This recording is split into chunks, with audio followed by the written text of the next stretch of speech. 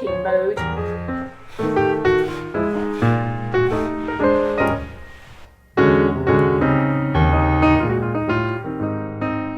you want a wee?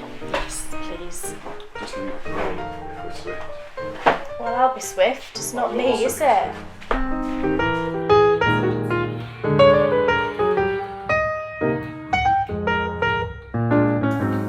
You have to help me. She's got me locked in here. She's making me knit socks for Mr. Trout. Please, someone help me.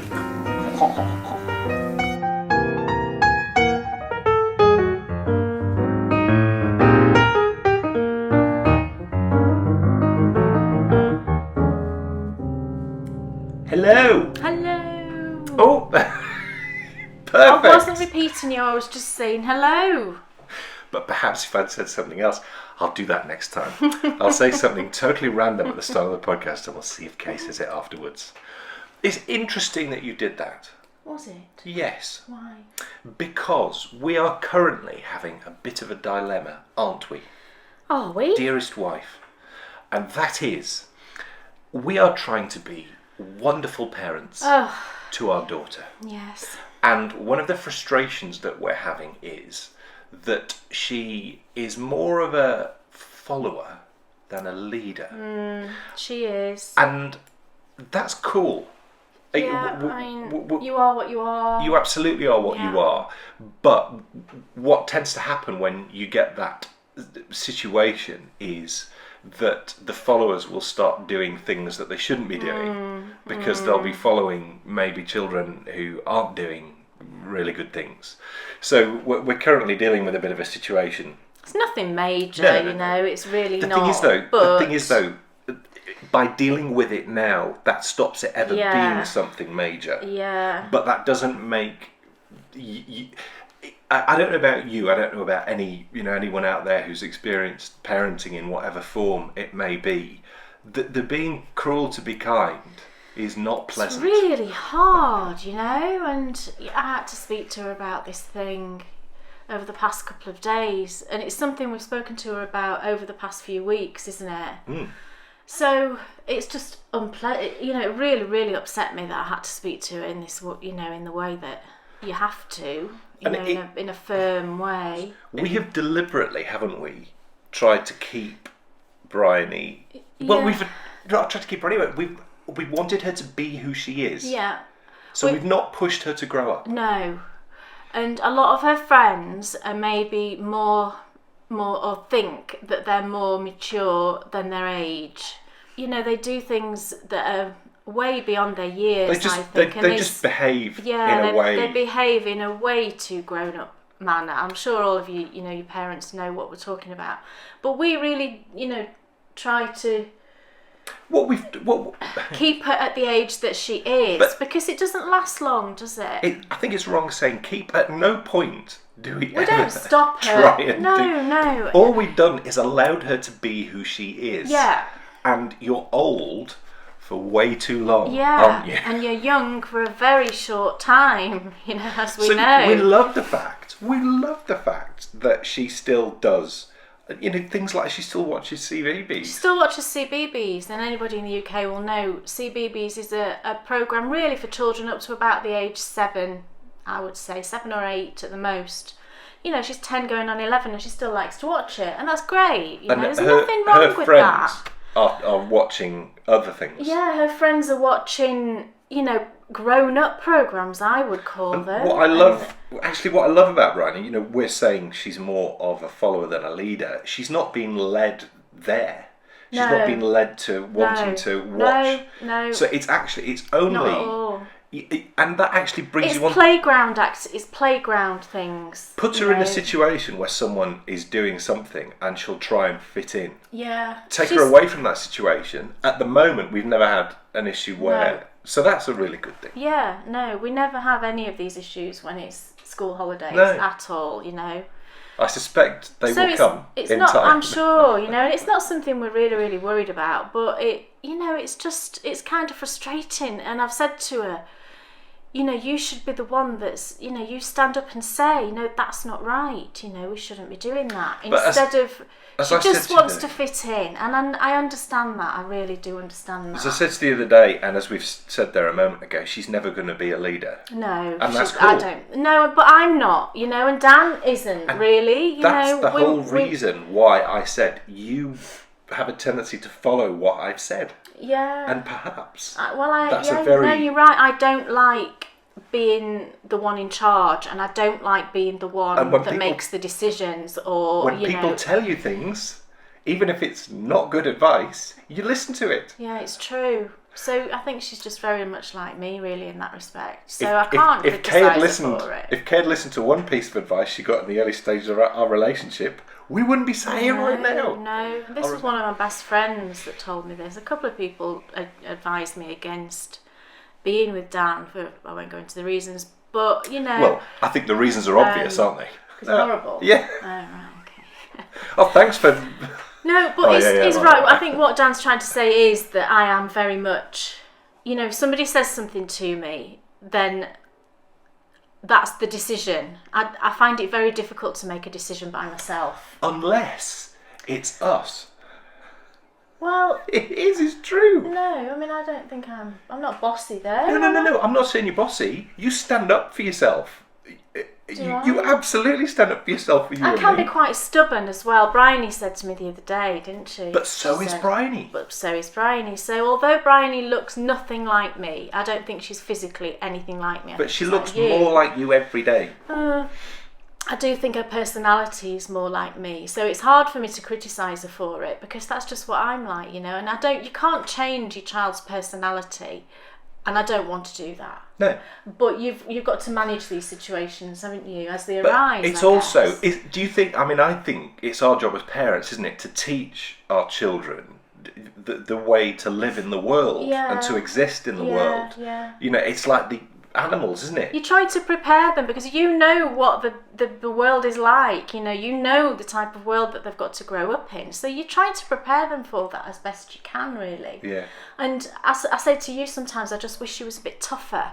But maybe that's not the right way of saying it. She's a very gentle, very lovely girl.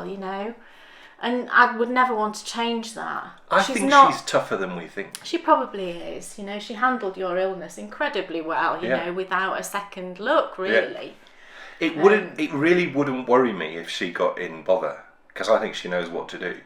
Oh, you mean a physical sort of thing? She's a tall girl, this is the thing. She's very tall. She's 5'2" and she's 10 years old. She's like a foot taller than all her friends. She is literally a foot taller than all the rest of her class, and they all have to look up to her like this, So she could absolutely. That's your fault. Oh, really? Well, my family is quite tall. I'm not particularly tall. I'm 5'6", so I think I'm fairly average. But Dan's obviously 6'5". I've had some wonderful advice from people through the years about parenting. I remember one piece of advice I got about bringing up girls, and that was teach them to expect the best and not to accept second best. Yeah. Because he said, when they're choosing a husband, you want them to go for the absolute top. Well, you do. So I've had loads of great advice. So let's share a bit of parenting advice. Yeah, I think that would be wonderful. Yeah. Yeah. It's the Bakery Best Parenting Group. Hello, my name's Dan. Yeah. So, I think it's time to find out, Kay Jones, what's on your needles? I'm glad because I'm currently counting. I'm on a whole row. Yes, excellent. As Dan calls it. No eyelets.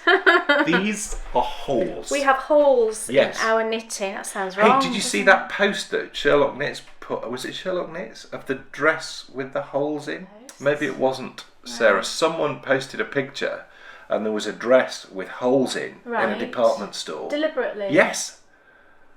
For a moment I thought, it's mothing. Oh, it's ringing a bell now. No, it might have been Sarah. I think she said it was reduced or something. I don't think it was reduced because of the holes. No, that they were meant to be there. Yes. Wow, it's a bit bizarre, isn't it? It looked moth-eaten to me, but I'm told that it is quite the rage. Well, so these eyelets. Well, it's my poncho. Nice.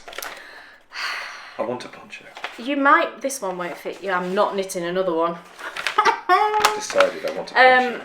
The patterns are looking a little bit worse for wear, but it's the Indigo Frost by Isabel Kramer.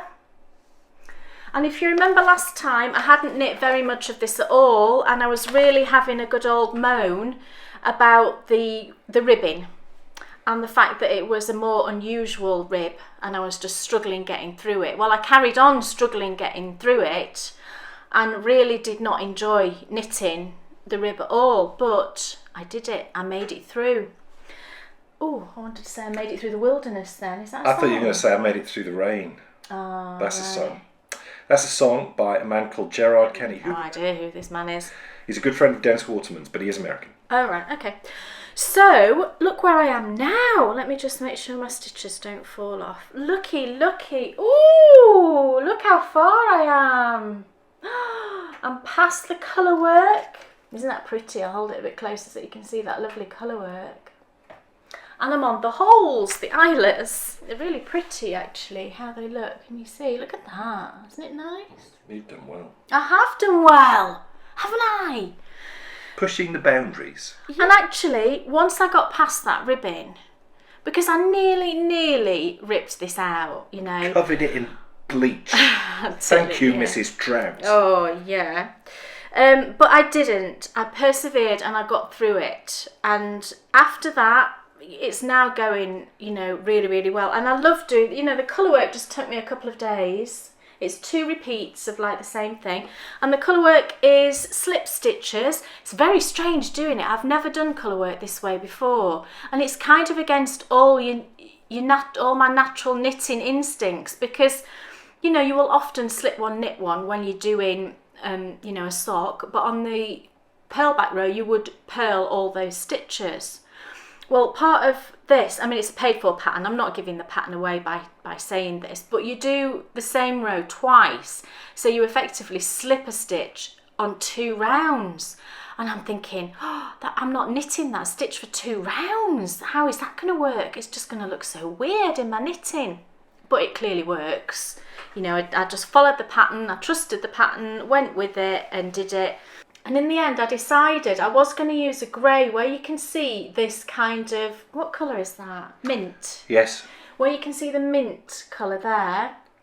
Similar it's to kind your of like dress. my jumper, which is very bright, isn't it, this jumper? I was going to use a grey there, but I decided I wanted a real kind of jump of colour in that particular section. I looked at the pattern and I thought, oh yeah, I'd really like a nice pop of colour jumping out. And I think that mint colour really works, doesn't it? And you can still see the pink and the blue. So what I used for the colour work is, I showed 2 of them last time. I used the same yarn. I'm using Quince & Company Lark for the main body, and I'm using Frank's Plum colourway for that. These 2 are Quince & Company Lark as well, and this is Delft, which is a lovely, lovely colour. And this is Sorbet, a beautiful pink. And then I went through my stash and I found, this is just Cascade 220. Because the Quince & Company Lark is a non-superwash, I wanted, if I could, I know it's only a tiny bit of colour work, but I thought when it's washed I don't want it to react in a different way to the other. So I thought, right, Cascade 220 seems like a good match. You know, when you look at them side by side, it's pretty close. And I'm using this colourway. Now, I've no idea what this colourway is, unfortunately. I knit a bakery bear out of this, but I had a bit left over, so I'm using this beautiful mint colour. And when I put the 3 colours together, I wasn't sure. I thought, what do you think? But actually, now that they're knit in, I think it works brilliantly well. So I'm super pleased with how that's coming out. And I'm just working my way through the eyelets section now. And what I might do, I'm on my 3rd ball. This is my 3rd ball. They're 50-gram balls, so I'm on my 3rd ball of the Frank's Plum. All right. And I was getting through this yarn so quick, and I'm thinking, gosh, I've got 7 skeins of this. Is that going to be enough? And I'm sure it will be, according to the pattern. But even if I'm short, what I might do is on the ribbing at the bottom, I might actually use these colours again. And just do the 3 colours in the ribbing. And I think that might look nice. So I'm going to decide when I get there. If it turns out I'm a bit short on the other yarn, then I might do that. And I might do it anyway. I think that might look nice. You know, a different coloured ribbing. I've changed needles on this a couple of times. I've now decided these ones are the ones I'm going to carry on with. When I was using the carbons, before, my hands were aching. I can't tell you. And I don't know why. I think it's just me and metal needles. I think I just prefer wood. So I've switched to the Knit Pick Sunstruck interchangeables. I'll hold them against Dan's white top. And I love these. They're really, really nice. So that's what I'm using. Dan Jones? Yes. What's on your lovely needles? I've cast up my second sock. Oh, yeah. And I didn't have second sock syndrome. I absolutely assure you I did not. Basically, what happened was I finished the first sock and then I immediately cast on a second sock. And I cast it on fine, but then as I was coming round the corner on the magic loop, I made a total pig's ear of it. But then I knit round this time, and I actually wonder if I hadn't made a pig's ear of it at all, but it just looked wrong to my eyes. But I'd messed a stitch anyway on the back row, so I ripped it out. So I was just pleased to make the decision myself, I'm going to rip that out. And rip it out, I did. You did. I recast this on just last night. I just want to say what an absolute pain this yarn is when you first get going. Oh, really? Yes. Why? Because it's just Splitty. awkward. No. I had to, and I'm not complaining about this because I like it when you have to do this. Right. I had to really, really concentrate. Right. Because I'm not used to dealing with yarn as thin as this. Although I'm getting used to it because I've knit one sock and I'm now on my next one. Mm-hmm. It was just awkward casting it on and then getting round the first round, right. Getting round the corner the first couple of times, not splitting a stitch. I dropped a stitch when I was moving it around, but I managed to pick it back up again, which was fine. And weren't we going to try you on DPNs with this one? I think probably what I need to do is I need to use your great DPN tutorials, which someone just messaged me the other day about. Thank you so much for your message. Cool. They messaged me, and I forgot to tell you. Yeah. She messaged saying that your DPN tutorials are amazing, and she knit a pair of socks for her husband. I think it's Danielle, I think her name is. Cool. So I will use those, because I have been using the Magic Loop ones, but I'll use those, and I will, because do you know what? I think I'm sick of this. Oh, really? I'm just sick of it. Sick of the cord, yeah. And I do know what you mean. It's an absolute pain. Yeah. And I would much prefer... I don't know... Why don't we just switch that onto DPNs? I know what I'm doing, right? With these. And in a way, in my head, I feel like I need to finish these and start a new project on DPNs. Fine. Because I think that will be a longer process. Yeah. Because I'll need to learn how to do it. Right. I have it in my head that for all the downsides of Magic Loop, perhaps you can move quicker when they're on Magic Loop. Or am I wrong? I don't know. You see, I think this is very debatable. I don't know which is quicker, because sometimes I feel I'm quicker on Magic Loop and other times I feel I'm quicker on DPNs. Right. I think it depends on my mood, really. Yeah, right. If I'm in the mood to use DPNs, I think I just knit more. Right. And I think that's why I think it's quicker. I've got to say that for all its awkwardness, and I think this is a tale for all of us to learn when we're maybe casting on with some new yarn and it's a pain and it's tricky, don't give up on it until you've actually got some fabric to look at. Yeah. Because for all you know, it could end up being phenomenal. And as you know, as you've seen already, these socks in this yarn are just the best. Lovely. They're the best. Yeah. This is the type of sock that I'd want to wear. Yeah. So I hope you will. Well, you do. Yeah, I know. Because it's opal. You wear them all the time. I know. But I'm hoping you will enjoy wearing Well, this. I will. Of course I will. And what else is on your needles? Right. This is Kay Jones. There they are. I couldn't see. find my projects. Yeah. Oh, right. Go on then. Which one did you want me to get? I don't mind. Oh, right, okay. This is my Muppet. That's doing you. I don't do that. I don't talk over you. This is my Muppet sock. Choose your Muppet. Now, I've stalled out a little bit on this and I shall tell you why. I've actually switched this to DPNs. Red, white and blue. It was on... Very patriotic. I know.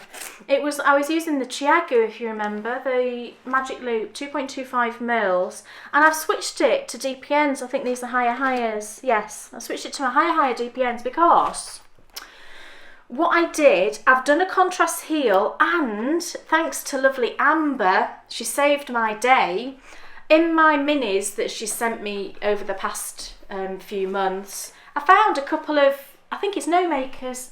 Look, I found a couple of neutral, just natural, natural coloured minis, and it matched absolutely perfectly. So Amber, you saved my heel there. But because I was doing a contrast heel, when I've done that before, I think I've said this before, but I work it on the front of the sock instead of the back. Normally, I knit my heels on the back stitches when I'm magic looping, or DPNs. But I found that if I knit it on the front, then the yarn's in the right place for me to start picking up stitches for the gusset when I've finished doing the heel flap and turn. When I did this with this sock, I realised that doing that magic loop meant that my needles were kind of the wrong way around. Instead of coming out this side here, they were coming out that side. I couldn't work out what exactly I'd done wrong, and then I remembered that historically I've only ever done the heel flap on the front when I've been working on DPNs, so I just thought, right, okay, let's make this less complicated and switch to DPNs. So I did that, picked up the gusset stitches. When I've got to this point, I'll show you the sock. I'm rabbiting on and I've not even shown you the sock, have I? Nearly fell off my chair just. Did you? But here's the sock. I mean, it's looking lovely, isn't it? But it looks really tiny to me.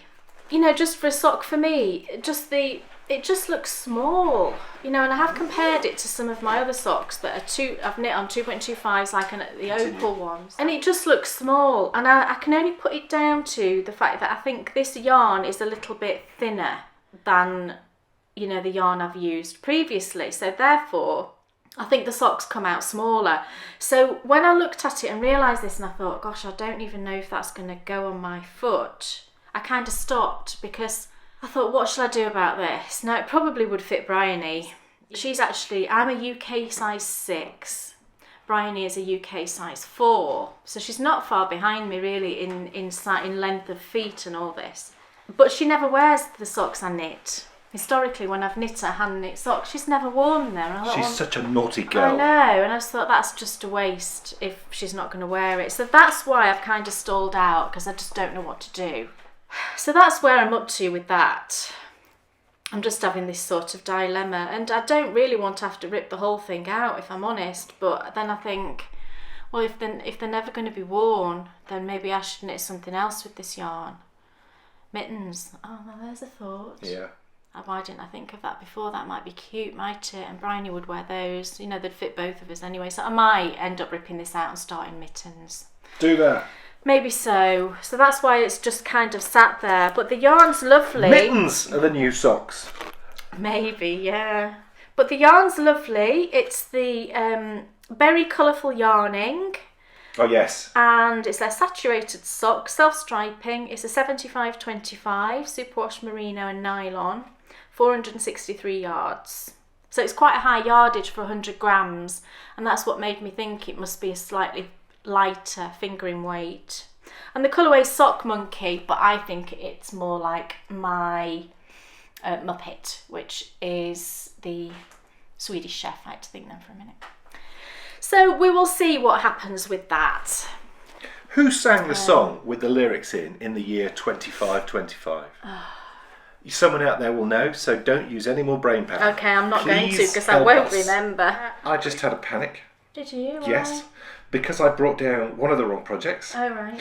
And then I couldn't find... the reason why the panic began was I couldn't find my pattern for my Declan's hat. Oh, no. Which was a problem, because obviously You've crossed off I'm crossing off where I'm up to. So I'm panicking. I'm looking everywhere. I went through... It'll be on the floor. You never put them back in the bag. No. It was in the bag with the project. Oh. So you didn't think to look in there, because normally what he does... Because I never do that. What he does of an evening, right? He'll have his pattern out and he'll have his bags out, and he keeps his bags kind of in the corner near the sofa. And, he'll get up and go to bed, and then in the morning I'll come downstairs and there'll be patterns all over, there'll be a cable needle on the floor, the bags will be up near the lamp. It's cool. It's some more of the Declan's hat. Here it is. There was a moment when I had a feeling of the bankhead, that feeling of excitement, and it's all really cool. But now it's gone, and I can't see it coming back. You had an issue with one of the rows, and I can't understand why, because it's no different really. But for some reason you struggled with one of the cable rows, didn't you? It's a great pattern. It's a great hat. But it kind of put you off, didn't it, a bit? But there's too much flicking around the place. And you said that. Yeah, what Dan means is that, the way that it's a free pattern, the way that she describes how to do the cable, it's an abbreviation. But I don't even know what the abbreviation stands for. It's RPC and LPC. Someone out there will know, and they will tell us now. If it does stand for something, surely it should say that on the pattern. It does. It doesn't tell you what that abbreviation means on the pattern, which I find a bit infuriating. Maybe it's just right pearl cross, left pearl cross. But then that doesn't make sense to me, because sometimes you're crossing, I don't know. Anyway, you have to sort of flick between the abbreviations and the pattern, is what Dan means. It's a lovely pattern. I'm enjoying doing cables. I'll definitely do more cables. And I want it on my head. But I don't think I'll knit this hat again. No.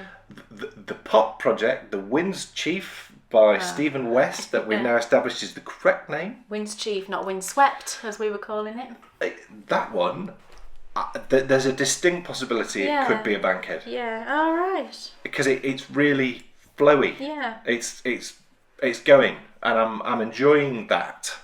This now, it's a case of I want to get it finished, and I don't like that feeling. Do you like that feeling? No, I don't like that feeling. I want to enjoy my knitting. I feel it far too regularly, and I don't. And you wouldn't feel that, I think, if you're doing more things like this, more challenging. Well, we've had this whole discussion. We have, and we shall move on. Okay. What else is on your needles? I actually finished one of Dan's Star Wars socks. Oh! However, I made a bit of a blunder, because I forgot. Well, it doesn't matter. Oh, shush.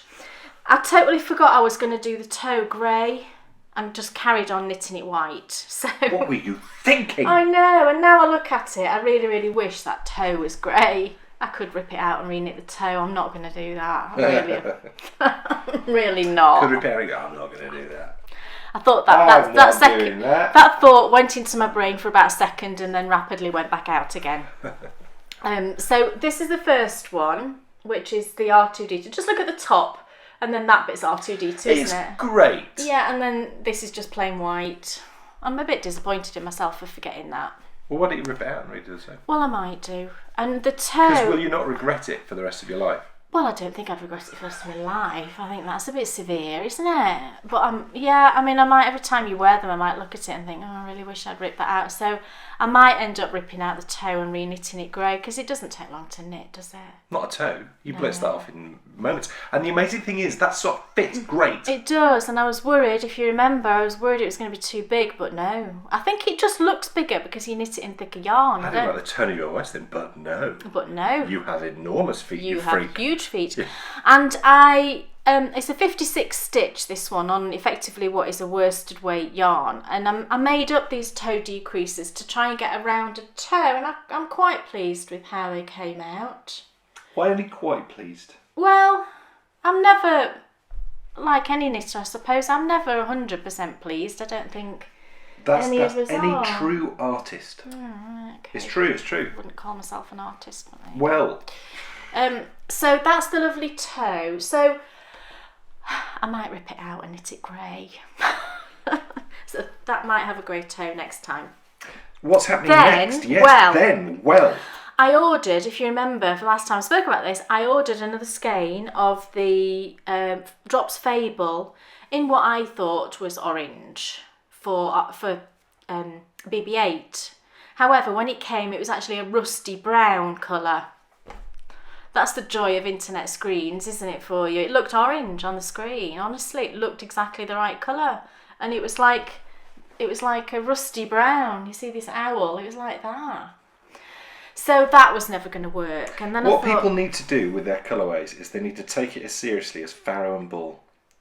Yeah. When we were picking paint for our bedroom wall, if you go on the Farrow and Ball website, There's a video. There's a video of each with of the them paint talking colours. about the inspiration and the colours and how it Very works.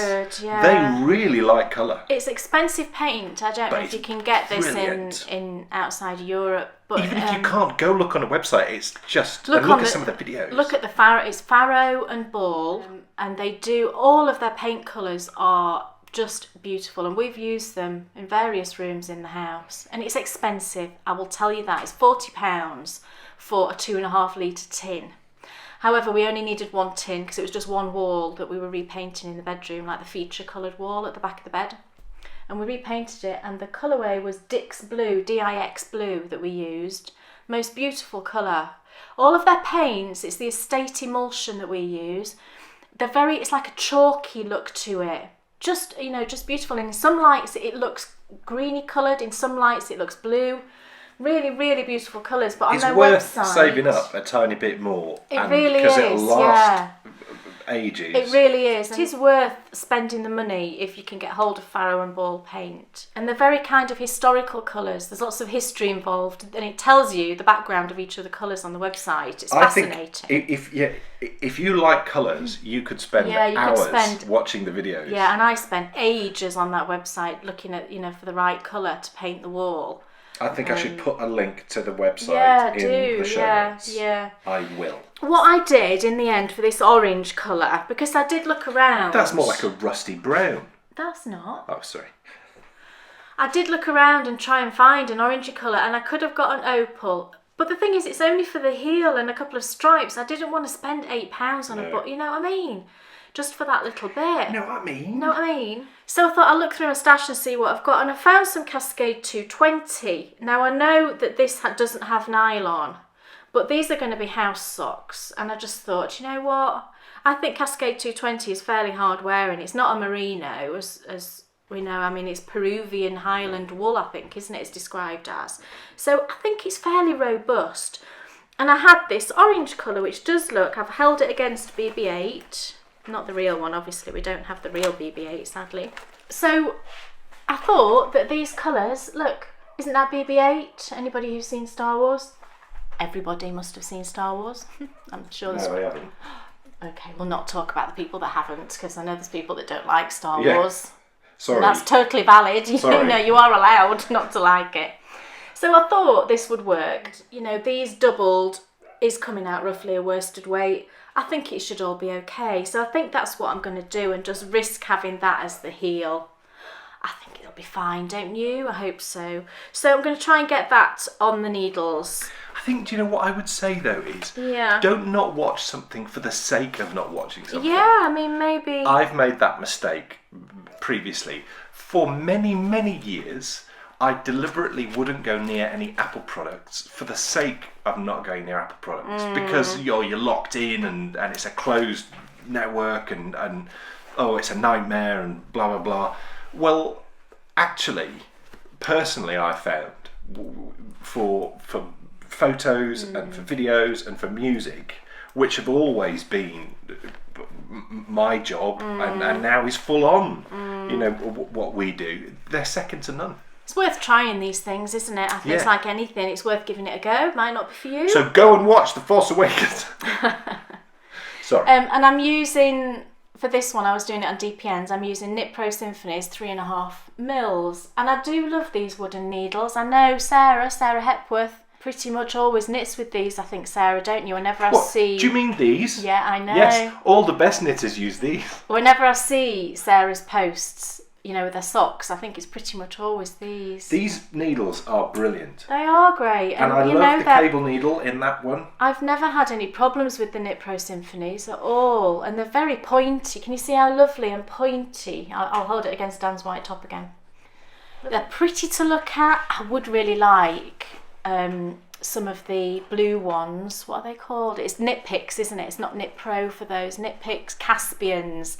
I love that needle. Oh, I hate it. I'm sorry, I shouldn't use that word.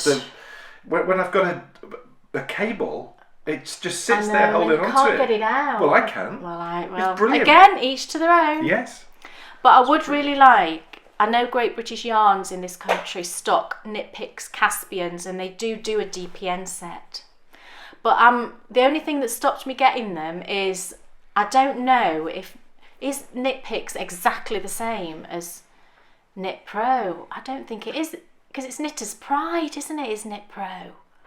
This is what's confused me a little bit. So I don't know if they'll be exactly the same as these, which is what stopped me. Somebody tell me if the Caspian needles are the same as these rainbowy ones. I'd appreciate that. Thank you. What else is on my needles? Well, You're asking I shall yourself show now. you. Yeah, well, no one else asked me, so I'll ask myself. Here Rude. Here is. Oh, How rude. how rude. Isn't that Star Wars? How rude. No, it is. It's Oh, Jar it's Jar Jar Binks. Jar Binks. Hang your head in shame for talking about that creature. We like to block that from our mind. Knitting. I've done the top bit, and now I'm on the decreases. I've suddenly remembered. I love these mittens. You got excited then, darling. Yeah, because I thought I was going to scoot something it on the different. cable and try it on so you could see. Yeah, you can. I love this yarn, Deb, lovely Deb. I love this yarn. I'll be able to tell where you are. Round 1 repeats the end of the round. Knit 6. Shh, it's a paid for pattern. Oh, sorry. Knit 6, knit 2 together. I think that's what I'm on. Right. Do you think that's what I'm on? How do I know? Oh, well, we're in trouble. I'll be able to tell by the number of stitches, darling. Don't worry about it. So here's the mitten. Look. Isn't it lovely? Yeah. Don't you love some handspun? I'm worried. Oh, why are you worried? Because I want to know where I'm up to. Well, Can't you count while I talk? Right, go on then. Yes, this is the ball, and it's Handspun with Love by Deb at Fond and Fibre. And it's really nice. It's super soft. I really like how it feels. And I was just thinking the other day, I was wearing there's the pattern. I was wearing look at my wedge of patterns. And I was wearing, and that's not all of them either. I was wearing my handbrake the other day, and actually I was commenting on someone's who had posted in the Welcome to the Bakery thread and saying how nice theirs looked, and I was saying that I needed to knit myself another one because mine is just, it's really great and I wear it all the time, but it's just slightly scratchy. So I need something like this. I need like a really, this just feels so great against your skin. It is, and I think it'll be even softer when it's Who does that washed. a lot? And I know, it's Mina. Mina squishes them against the face. And doesn't Somebody Marsha? else does as well. Marsha sniffs it. Ooh. Marsha likes to sniff her yarn. No. When it's from Fond and Fibre, I totally get that. It's just really cool. Where was I? Was I up to there? Look, I'm writing you are here, she's writing. Like I'm some sort of idiot. I've written you a note. Thanks. You are here. Very kind. Does that This help? is a really good pattern. It's a nice thing to knit. I did get a little bit confused because of the way it's written, but hey ho, just one of those things. Yeah, it wasn't really confusing. Well, if it was for me, it was. Okay, that's fine, darling. I appreciate what you're saying. It's the lovely Waiting for Winter Mittens by Susan B. Anderson. I love this pattern and I really want to knit more mittens. But I can't knit this in that stripy yarn unless I doubled it, and it's self-striping, so would I be able to double it easily? Oh, that's a tricky thought, isn't it? here. Try. But you've got all of your patterns together here, Yeah, it's darling. good, isn't it? Look, you've got 3 different separate patterns here, so it's no wonder you're getting confused. No, Look, and then there's another 2 I keep them here. all together. I keep them Why all do you together. keep? They should be in each of the bags where the project is. No, I like them all together. Oh, Then I just find the pattern that that's I'm fine, knitting. but don't ask me to be looking for your patterns when you I can't find I one. put them because all they're together. But that's the reason why I put them all together. Fine. Because it's less likely that I'll lose one. Bickering now. We don't bicker. We don't bicker. We This is don't what we do. No. This is like a camera on us. What it is? What's for tea? Well, I don't know. Will you make it this time? No, it's not. I don't know what's for tea. Is it bacon pasta? No, I've changed my plans. Why? You'll like it. What is it? Well, don't worry. All right. Do I have to make it?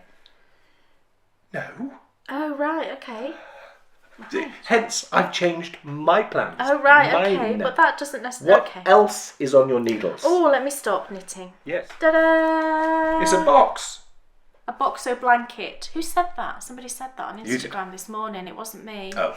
Okay, I've reached a point on my main sock yarn blanket. I have so many going on at the moment I can't even think straight.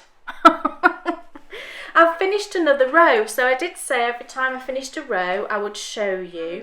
I've made a decision on how this is going to be when it's finished. So I've now done 13 rows and I've got 25 squares across. So don't ask me to work out what that is, but that's where I am. So this was the last row, so I'll show you all the way across. So it starts over here. Da, da, da. That's fondant fibre, that's the socks that I've knit, the Laura's frock. As I go across, I'll tell you if there's any that are really... Now, I had a set of the Leading Men Fibre Arts Year in Review minis. Lovely Amber, again, thank you so much Amber, sent me a set. So I thought, great, I'm going to put these all together in my blanket, and that's what I did. So they start here. This one is Turkey Run, is that right? Turkey Run. You chose that one, didn't you? So they go... Terrible turkey impression. So there was 10. 1, 2, 3, 4, 5, 6, 7, 8, 9, 10. Is all of these between my two fingers. So I'll go to this one here, and then the very end one isn't that. It's just a different yarn that I added on the end. So this was really fun to do. I think my favourite is this one, which is Venetian Sunset. You can imagine that one would be my favourite. I love that one. But they were all beautiful, lovely to knit with. I love this green. I can't remember all the colourway names. I'm so sorry. And I love this one. Was this like World of Imagination or something? No, that's Deb's blog. Deb, that's Tink Hickman's blog. I was looking on your blog recently. Must have had it in my head. I think it's something Imagination because it made me think of Willy Wonka. Do you know that song? But I love that one with the purples and the greens. So yes, so I finished that row, and then what I've decided to do with this blanket is, can you remember I spoke how I thought it'd be good to use it as a runner for the bottom of our bed? So I took it up to the bed and I laid it on there and measured it out, and of course it wasn't reaching across the end of the bed. It wasn't wide enough. Our bed's a king size bed. And I didn't want it to kind of drape all over the sides, but I wanted it to cover the top and then just, maybe 1 square or 2 squares just go over the side. So I measured it out and worked out I need to add on another 12 squares in width. So I've started doing that. So I went to the bottom corner and I've started adding squares, here, these 3. So I'm going to now work my way along and add 12 that way, and then I can work my way up to make it back to a rectangle, because then that'll be 13, what will it be, 13 by, what did I say, 25, 35, 37, that's an odd number, isn't it? But anyway, I didn't really like the 13 thing going on, so I think I'll then add 2 more rows to the whole thing to make it 15.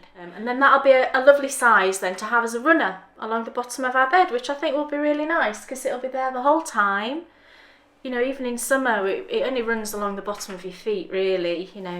It can just live there. Yeah, so rather than it be a huge blanket that probably won't get much use, in all honesty, I think doing it this way, it'll be there, like I say, all the time. I'll look at it every day and I'll think, how beautiful. So look at the whole thing, isn't it? Ooh, lovely. It's a bit busy. It is busy, yeah, but that's the point, I suppose, isn't it? It's eclectic. That's a good word. Yes. It's an eclectic mix. Yes. What I then decided to do, for a while I've wanted to see what a bigger square would look like in a blanket. My squares for this one are tight. They are small. I cast on 31 stitches and I use a 2.5mm needle. So I think they come out about 2 inches square. They're quite small and I really like that. But for a while I've been thinking I really like to see what it looks like in a slightly bigger square. Now my Stitch in Time blanket, the one with the borders, the month by month one, that one's slightly bigger, but I wanted to do like one even just a tiny bit bigger.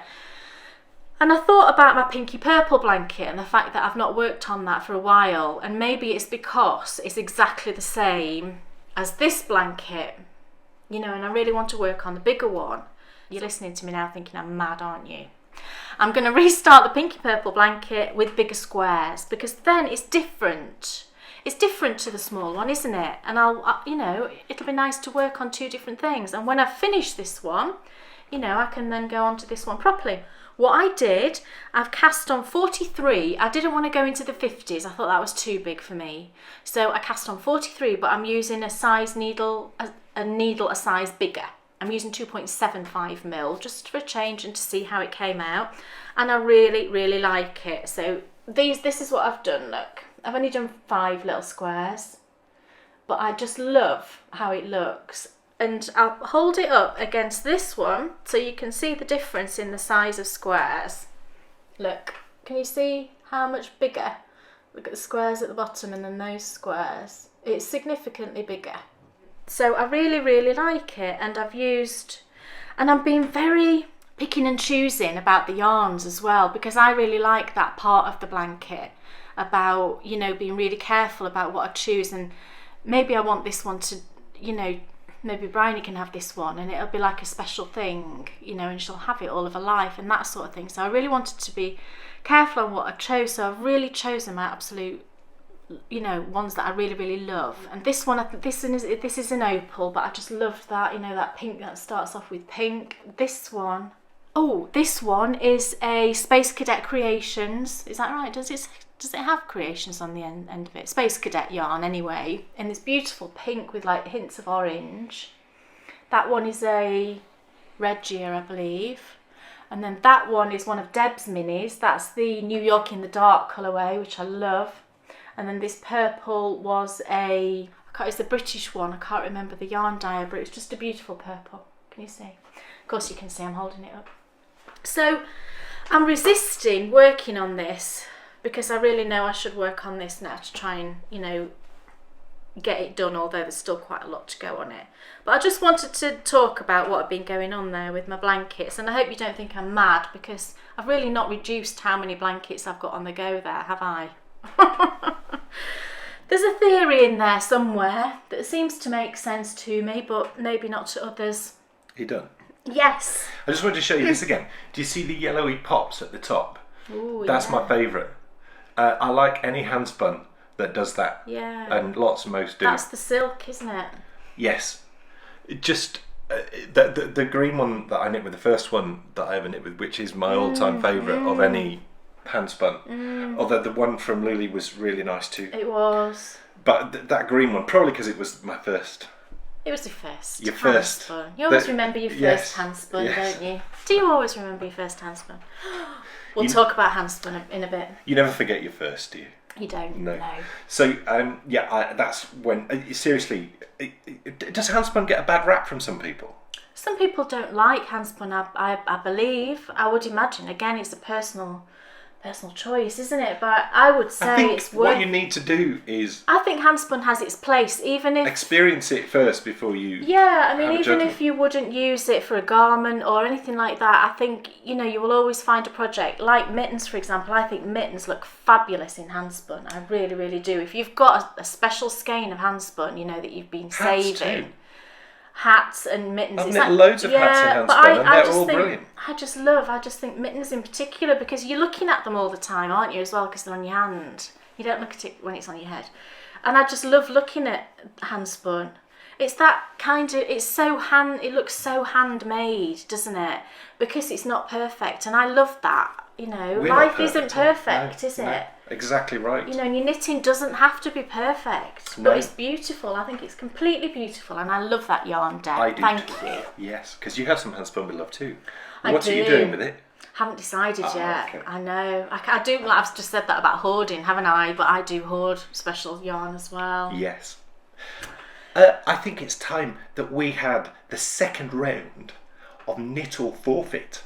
I think it's time to find out who is going to win. Oh, are you excited? It's extremely exciting. I can't wait. It was really tough. We're going to need to get into our extremely fast car, change our clothes, right, and get down to Tilly's house. To Tilly's. So that we can jump onto her sofa and get Knit or Forfeiting. It was very comfy on her sofa. It was lovely and squishy, comfy. and Freddie was a delight. Yes. Oh yes. A little bit naughty. Always naughty. Yeah. So do you want to find out who wins? I know I do. Let's go then. Let's find out. I'd like to send away.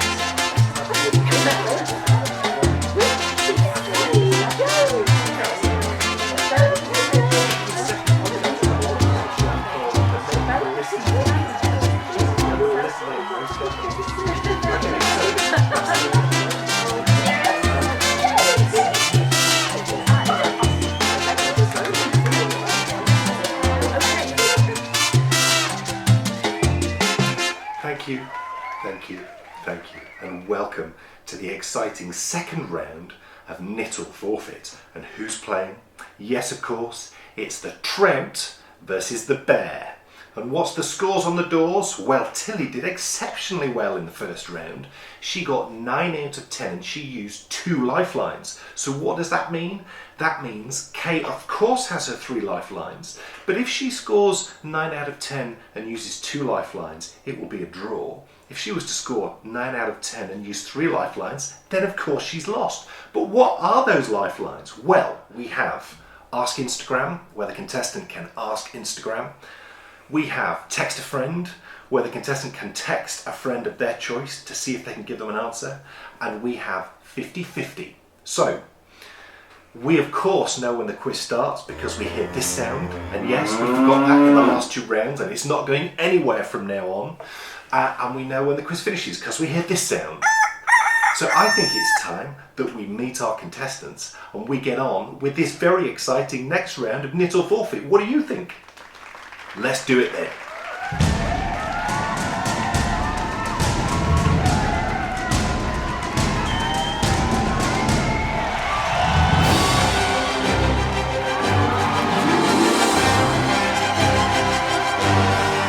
There was a knock on my door a minute or 2 ago, and look who came round. It's Kay Jones. It's me. Hello, Kay Jones. Hello, silly. What a treat. I know, isn't it? What a treat. Yes. Do you think Freddie will come and sit on my knee? Oh, he might do. He might come and sit on your knee. Think. And I've forgotten to bake, so we have no cake, I'm afraid, Kay. No cake.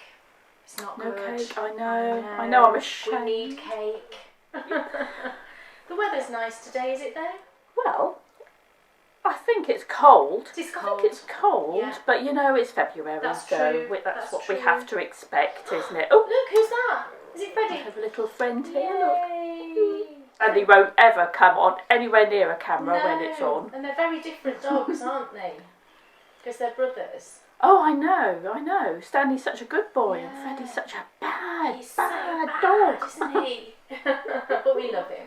Well, let's make a start. I think you're going to win today. I think you're going to win. No, I think you're going to I win. don't think Yes, so. I think I'm going to end up knitting those flipping long Oh, socks. I'm so men's sorry. socks. I think I'm going to be spinning. I'm so sorry about the socks. Oh. Look at my face. Oh. So sad. I think you'll enjoy them. It'll still be awful. It won't. Yeah, it would. So let's get going Yeah. and good luck to Okay. you. Cheers then. Cheers. Wish us both luck. Good luck to you. I shall put my spectacles on. You can see what you Here we go. Focus.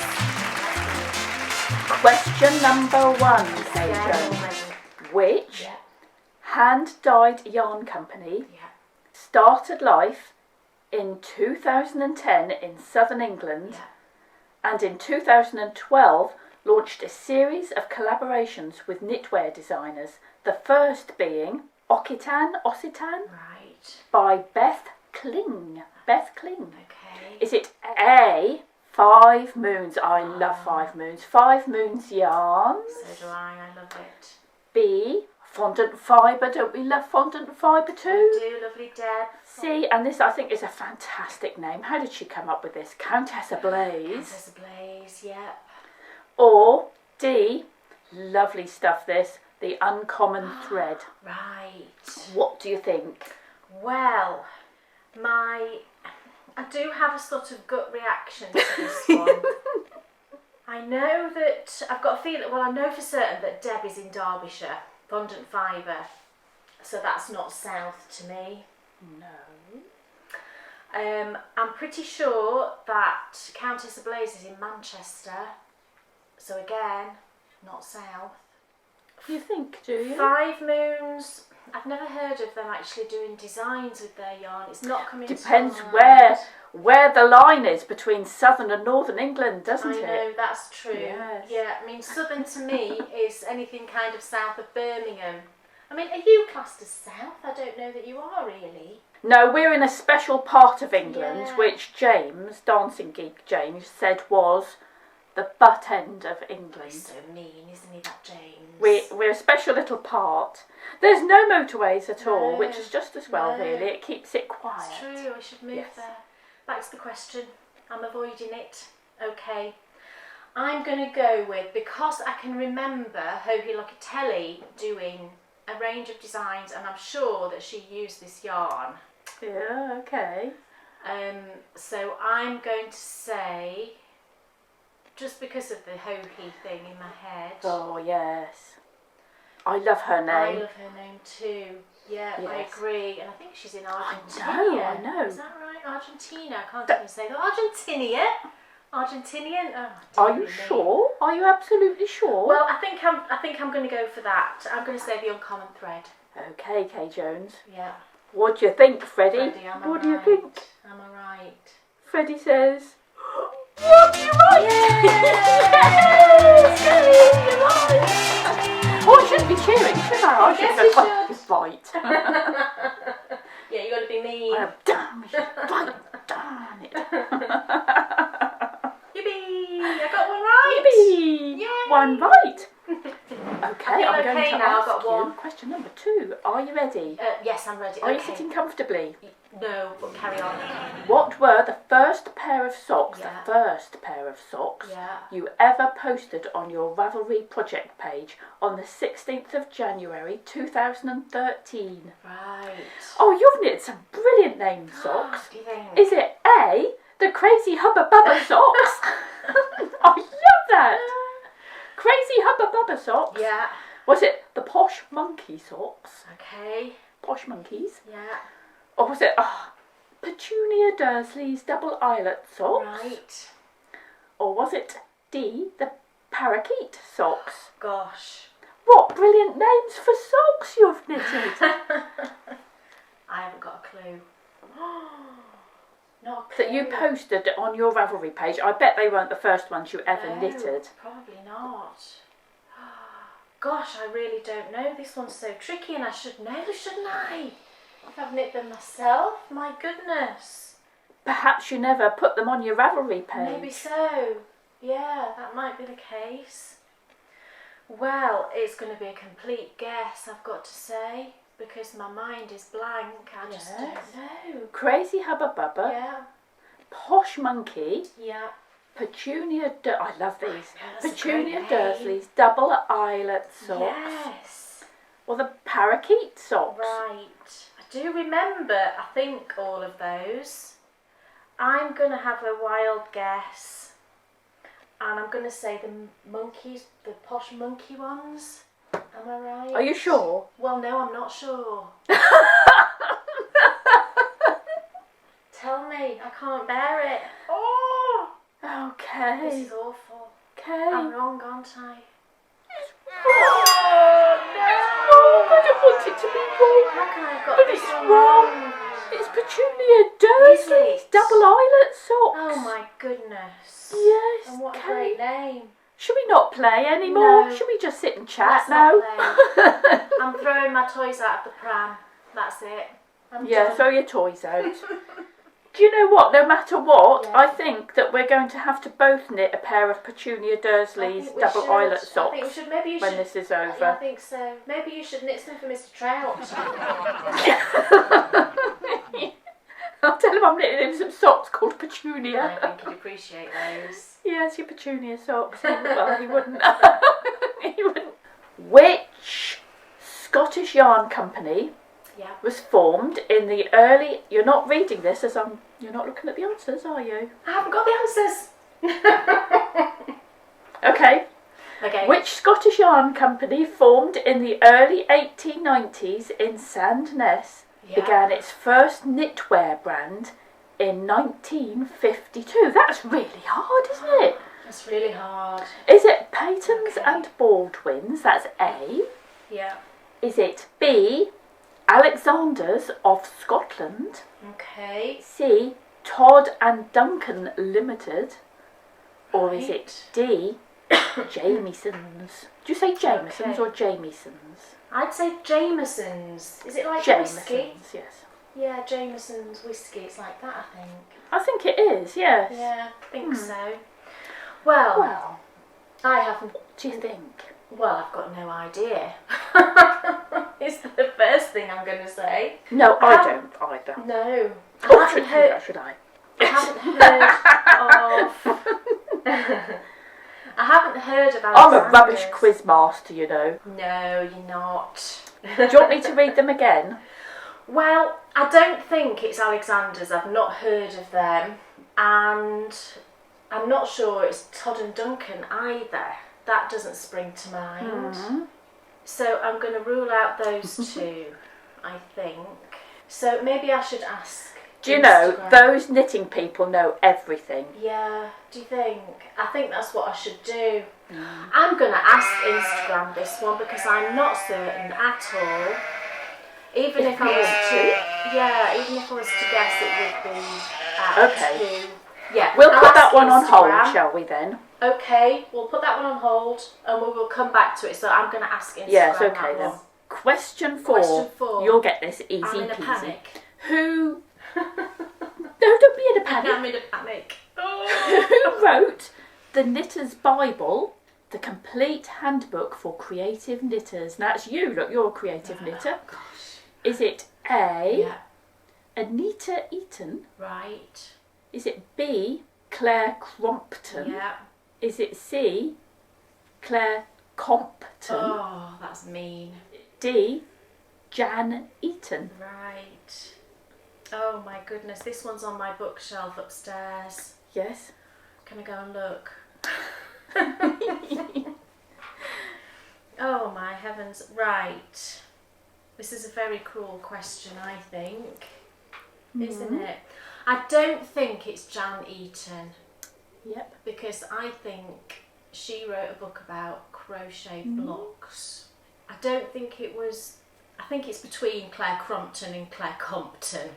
My gut is telling me, I'm trying to imagine the book on my shelf upstairs. I'm going to go What do you think, Freddie? with Claire What do you Crompton. think, That was complete You're luck, right. wasn't it? Isn't that good? Isn't that good? Crompton and Compton. Oh, great. That was a really mean It was question, very wasn't it? mean.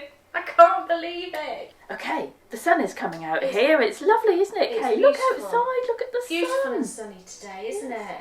Yeah. Yeah, my grass needs cutting. I know. That time of year, isn't it? Yeah. Bit wet. Bit though. too wet, Bit too yeah. wet. Yeah. Okay, Okay. here we go. Question 5. Question 5. Which sheep breed? I like these sheep breed questions, do you? No. Which sheep breed established in the UK in the 13th century was once common in Dorset? Right. Developed from tan-faced sheep in the southwest Yeah. and possibly influenced by the Romans and the Saxons. Roman. How do Romans influence the sheep? No. Okay, it's A, Yeah. Portland, Yeah. B, Oxford Down, Right. C, British Rouge, Yes. and D, a Dorset horn, Pole Dorset. Right. So it's Dorset horn, it's one of those things, slash Pole Dorset. Well, I'm thinking that the Dorset horn is too obvious. Yes, because these questions can be sneaky, Yeah, can't they? Yeah, but maybe, yeah. But I'm going to go with that the Dorset horn is too obvious. Yes. British Rouge sounds French. So, you know, that would the Romans have influenced that? I'm British Rouge. yeah, I'm thinking not. Oxford Down sounds like it's going to be from Oxford. Yes. Oxford Down. Yeah.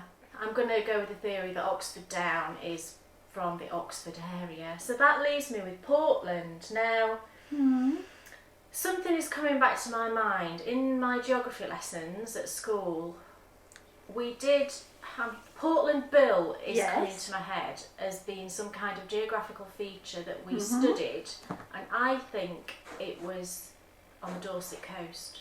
Yes. So I'm hoping my geography lessons were correct and that there is some sort of connection with Portland Bill and Portland sheep. I'm going to go with Portland. You did pay attention in that geography class, did you? You really listened, did you? I did. Oh, did I? Kay Jones. Go to the top of the geography class. Yes, Paula, you're right. Well done. Yes, well done. Oh my goodness, that was exhausting. Okay, Right. question 6. Yes. Last of the knitting questions. You'll like this one, I think. I hope Which so. knitting designer Yes. hails from Pleasant Hill in Iowa? Is it A, Tracy Darby? Is it B, Antonia Shankland? Okay. Is it C, Samantha Kirby? Yeah. Or is it D, Erica Luda? Right. Who is it then? I think I know it. Because Yes. if it is this person, I've exchanged things with this person and I seem to remember she does live in Pleasant Hill. Yes. And I think it's Erica. If not, she's moving. I know. Oh, Erica, please live there. Well, I'm not going to mess you Don't about. mess me It's about. Erica Luda. Is it Erica? Yeah. Yes, isn't she lovely? Isn't she lovely? Oh, thank you, Erica. I know, so do I. We love you. And thank you for your lovely, lovely Hermione sock Oh, I pattern, know, the my saviour favourite. of all I us. know, my favourite Mittens. sock pattern ever. Yeah. Yeah, we love it. Oh, how exciting. She is. Yes. And I love her name, Erica I Luda. know. Isn't that a Very wonderful pretty name? That's all the knitting It ones. is. Shall we go back to the question? Oh yes, okay Yeah. then. Let's go back to that one. And we'll check it. Everybody's gone for the same answer. So the Scottish, yes, I'm thinking. the Scottish company Yeah, go on. was formed in the 1890s Yeah. in Sandnes and began its own knitwear brand in 1952. Is Jameson. Jameson. Yay! Aren't they fantastic? Thank you, all Instagram those people. Instagram knitters. Hooray for Instagram knitters. Oh my goodness. Well, I was thinking done. it was that one, but yes, yippee. thank you. Oh my goodness. Get your fingers into the baking mode. When we make short crust pastry, Yes. where did the term short come from originally? Right. Originally being the operative word. Okay. Is it A, the fact that the fat interferes with the gluten molecules and prevents them stretching? Right. Is it B, that the resultant pastry doesn't roll out as far? Okay. Is it C, the pastry is tender and crumbly? Yes. Or is it D, it was originally used to make Cornish pasties, which were shorter than pasties from Devon? Wouldn't that be funny if that was the shorter? The Cornish pasties are shorter. Wouldn't it be good, I but know. wouldn't it cause absolute mayhem in the southwest of England Wouldn't if it? that was true? Oh, can't say that. Don't give it away. Nothing? Okay, right. I don't think it's the Cornish pasty one. As much as that would be hilarious if it was, I don't think it's that one. And I don't think it's the rolling out of the pastry being shorter.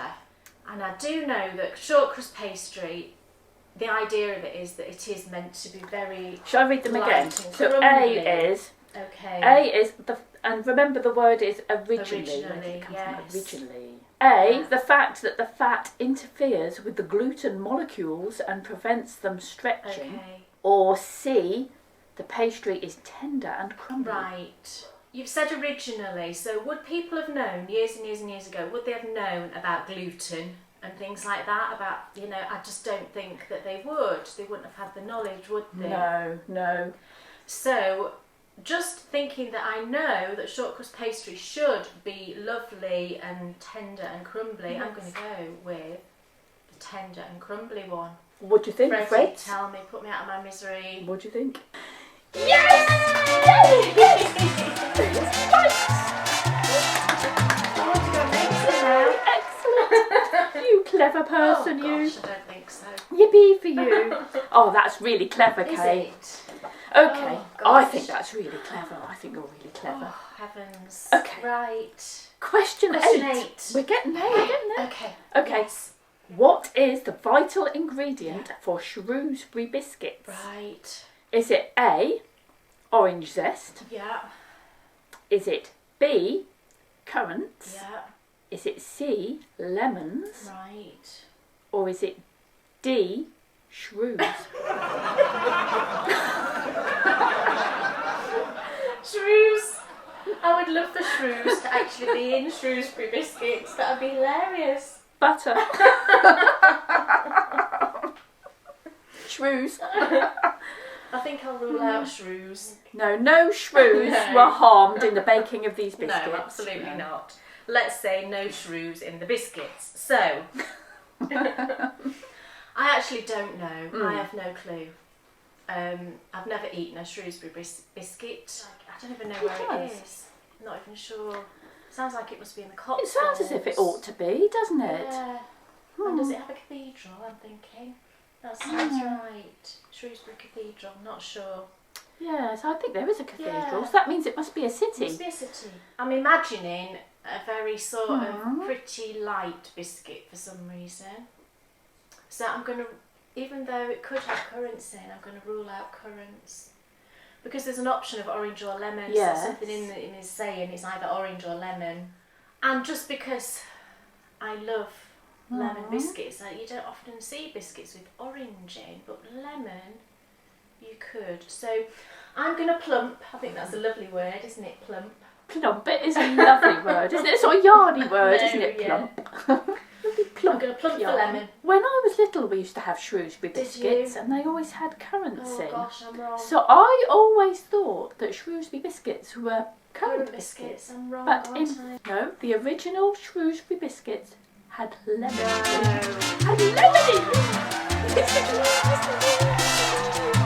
I feel like I need another cup of tea or a coffee, and I don't. Yes, drink that's coffee. very good. Yay, lemon! Yes. To make some yes. now. I'm going to find Because you some. can get Shrewsbury biscuits in the Can you? supermarkets I now haven't with seen currants them. in. Oh. So yes, you I'm going can. to look in Sainsbury's. At what degrees temperature, Oh, right. degrees centigrade, Yes. we're talking centigrade, what degrees centigrade are dark chocolates tempered in? Is it A, 55 degrees, 28 degrees and 31 degrees Yeah. centigrade? Yes. 3 different temperatures. Yeah. Right. So is it A, 55, 28, 31? Yeah. Is it B, 27, 45, 28? Right. Is it C, 100, Yeah. 32, 72? Or is it D, 55 degrees and 28 degrees centigrade? Okay, so my thinking is that the initial thing you have to do when you temper chocolate is melt it. So the first stage is melting. So that first temperature is when you melt it. And it was either 27 or 55, wasn't it? Now 27 degrees C is like a really hot summer's day, and although that would melt chocolate, Yes. I don't think it had become actual liquid. So Yes. going by that would be 55. 28 was it, and then 31. That sounds like it might be right. So I'm going to say 55. The A, wasn't it? If that was what I've got in my head, A, the one that starts with 55. I'm going to go with that one. Yes, I can't even make you about because that's so horrible question. I'm not going to make you wait. I'm not going to make you wait. That's right. Yes, it is. It is I can't right. believe it. That was so horrible. I know. Oh, such a It was a really tough question. You did really well. Wasn't it? Oh, Excellent. did I? Oh gosh, I tried I to know. use logic. Did that work? I know. It Well, must have that's what it worked. takes, isn't it? Logic and expertise in the kitchen. Yeah. Oh, heaven. Oh, gosh. Okay, Yes. Kate. all depends on this last question. Okay, here we go. I'm ready. You're going to get this. Go for it. What? Yes. Yes, you are. Am I? Oh, God, that means the socks. Okay, anyway, I'm not going to think about it. Socks. What yeast is most commonly used in bread making? Is it Right. A, Saccharomyces cerevisiae? Okay. B, is it B, Saccharomyces carlsbergensis? Right. Think of the word, carlsbergensis. Okay. Is it C, Leucosporidium frigidum? Right. Or is it D, Tilius trutius? I'd love it to be D. Think it through, Kay. You're really good at thinking it through, so I know Okay. you're going to get this. Okay, well, I'm going to rule out D. Oh, isn't that a shame? Isn't it? Yeah. Well, the frigidum thing makes me think of it being cold. A fridge, is cold, and yeast doesn't grow in the cold. It needs warm, as far as I'm aware. So I would say it's not C. Frigidum. Okay, let's get rid of the frigidum one. I don't think it's that. And I'm going to think, my logic again, I'm going to rule out the Carlsberg one just because that sounds like it's a bit of a red herring to me. So I'm going to go with A. A, you think, do you? I think it's A, yeah. It's right. It's right! It's right. Does that Well, mean I didn't I punch you then. It's a pat, not a punch. won? Yippee! Amy! Oh, but I'm kind of sad. I know. That is really hard, isn't it? It's That was really hard doing this. questions. That last one is really interesting because I didn't know this either, but Carlsbergensis, that one, is used in beer. Oh, it is. And yes, Right. the frigidum one, Yeah. that does grow at a lower temperature. Right. So yes, it is a fridge. That was the hint Yeah. in that. So yeah, God, it means the men's socks. Oh, I'm It's not so the opal. sorry. It's not I the quite opal. like the No. opal. Yeah, I like opal. It's the men's socks. Oh, I know, they're horrible. They have aren't such they? big feet. They do have huge feet, I know, and Dan's are massive. Yeah. So how long are Dan's? 12.5 inches. Good grief! I think Mr. Trout's are about 11 and a half, so, but they're still Right. long enough, isn't It's it? still long enough, isn't it? I know. But I'm really pleased you've won. I'm really pleased. Oh. Except you're not now going to have to do this I spinning know. Well, thing. maybe I should have a little go. I think you are going to have to go. Yeah. Yeah, because I think so. you'll upset Debs if I you know, don't have we a don't go. want to We do don't want that. to upset Debs, No. do we? So I think you have to. I think I have to have a little Even go. if it's just a tiny bit. Just a yeah. little bit. And do you have to stand up when you drop spindle? Yeah, you never know. Bryony might be good at Well, it. she might. Yeah, that's true. Oh, because I did drop spindling to start with, and I used to do Yeah. it sitting down. Oh, did you? Right, okay. Yeah. I'll give it a go. Mr. Bigfoot! It's Mr. Bigfoot. I won! Oh my goodness. Isn't that Zena, excellent? it's all on you now. I know, and we're going to meet lovely Zena. Oh, lovely, lucky you. So that's the end of the exciting second round of Tilly versus Kay, and unbelievably Kay won. So Zena, you'd better absolutely nail her when you play each other, and we can't wait for that. Of course, it's time for me to play, and I'm going to lose. It's time for me to play the rather wonderful Robin from the Medieval. I was going to say the Medieval Listening Podcast. Then Oh, it should be called that, shouldn't it? you should do a second podcast, Robin, You and should, it should be Robin. called the Medieval Listening Podcast, because I would listen in most definitely. Okay, so that's the end of Knit or Forfeit. And we will see you next week for a brand new Favourite Places to Knit, where we are revisiting our James Herriot. Oh, yes. We're going to take you to where he Excellent. actually lived, which is going to be absolutely We look amazing. forward to that. So there's nothing more for us to do than to say goodbye from Tilly and goodbye from Kay, Goodbye. Thank you, Tilly. Did you say that? and a great big goodbye from me. We'll see you soon.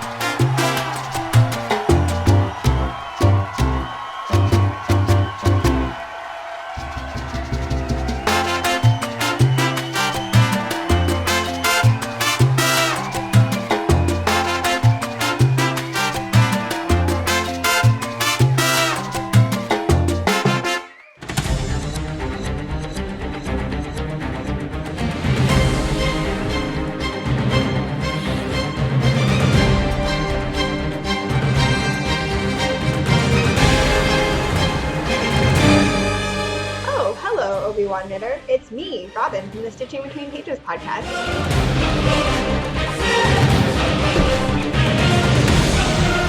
And I'm here to challenge you to a game of transatlantic knit or forfeit.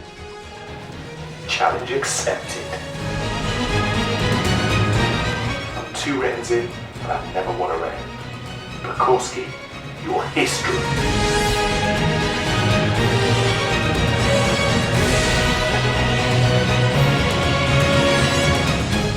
Little Forfeit is going transatlantic, and this time, it's personal.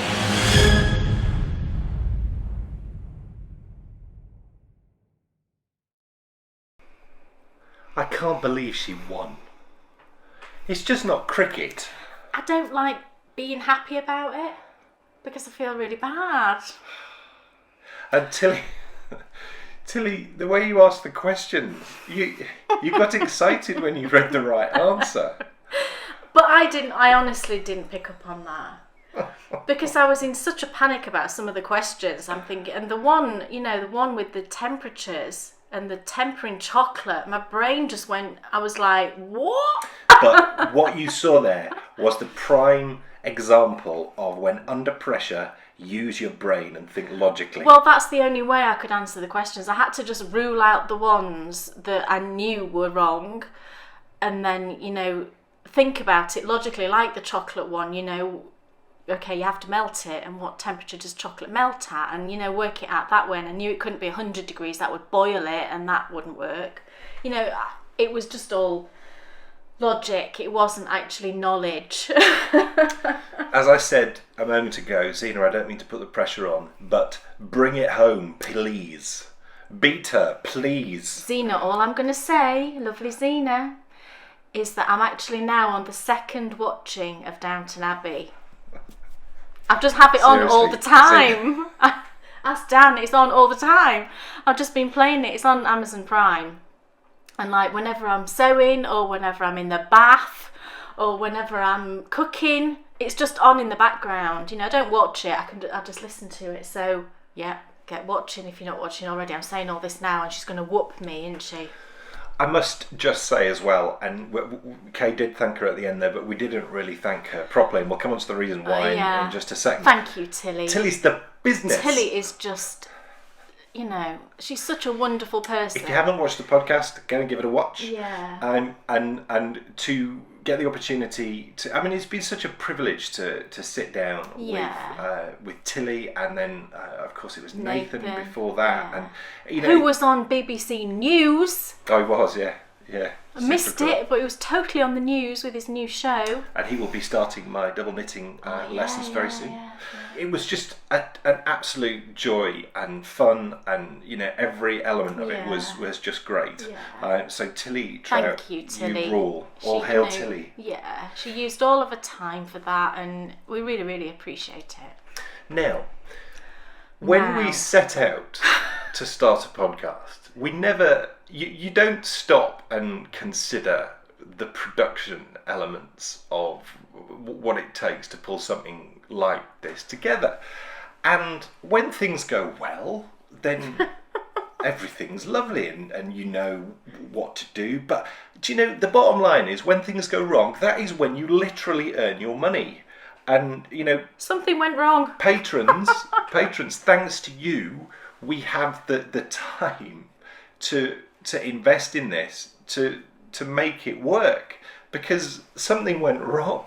Tilly might have noticed I was actually wearing entirely different clothes and my hair was different. You might have noticed that, Tilly. I am a belt and braces. We had a bit of a nightmare. I'm a belt and braces type of chap, right? And I double save everything. And the day I don't do it is the day... You know what he's going to say, don't you? That files clearly went corrupt, because we got Tilly's side of the filming, no problem at all. But our side just completely disappeared. So what we had on Monday of this week was some lovely filming from Tilly, which should have then married up with some separate filming that we did. But the separate filming that we did no longer existed. So I'm sat there and it was like my world had just dropped out from under me. I know what a panic attack looks like, and Dan was having this full-on panic moment. He went white as a sheet and he felt faint, and I was like, right, calm yourself down. It's going to be okay. So what you have just seen is a knit or forfeit where Kay is acting. I had to redo my end of it all again. So we wanted to tell you, because I didn't want people, some bits of it might look a bit odd, a bit disjointed. We wanted to tell you what had happened. We're always honest with you. You know that we're always honest. And that is what happened. So yesterday I had to sit down and redo my end of it. So, I was obviously watching Tilly. We'd got that footage and I was answering the questions. But I had to try and remember the little bits of conversation we were having and what we said. It was very tricky. So I hope it was okay, and I'm sorry if it seemed a little bit disjointed in parts. We set out with this knit or forfeit roster to really hone our abilities with regards to how we put these more complex things together. And I can say now categorically that the reason why we set out to do this is having a massive effect on our abilities, because we both had to do things way outside of our comfort zone. Way out. But at least we still had Tilly's footage, Yes. So I said to you, right, okay, can I just re-record me, doing my bit? And we did. That's what we did. Robin, don't panic. That is not going to happen again. Don't panic, because everything that could have gone wrong so far has gone wrong, and we've managed to come out the other side of it. Yes. So Robin, it's going to be a breeze. And Zena, we're so excited. We're going to get to film in person with Zena. So that is like legendary. Can you see my excited face? That's my excited face. It's funny because I thought that was your ill face. I may combust when I meet Zena. It's so cool. I'm a bit worried because Zena's so glamorous and beautiful, isn't she? It's time to move on and to find out what is off your needles. Well, the observant of you might have noticed that I have on a shawl. Yes, I'd noticed. What is that, Kay? This isn't my new design. Oh, I've been talking about this for a little while. It makes me want to go get an ice cream. Well, why is that?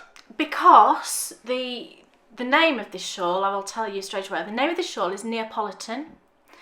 And the reason I chose this is because of the colours that I chose for this particular one of it. I am knitting another one. But this particular one, Brian, he looked at the colours and said, Mummy, it looks like ice cream. I was like, it totally looks like Neapolitan ice cream. Do you know where there's like strawberry or raspberry, chocolate and vanilla? I'm sure it's strawberry. Is it strawberry? Yeah.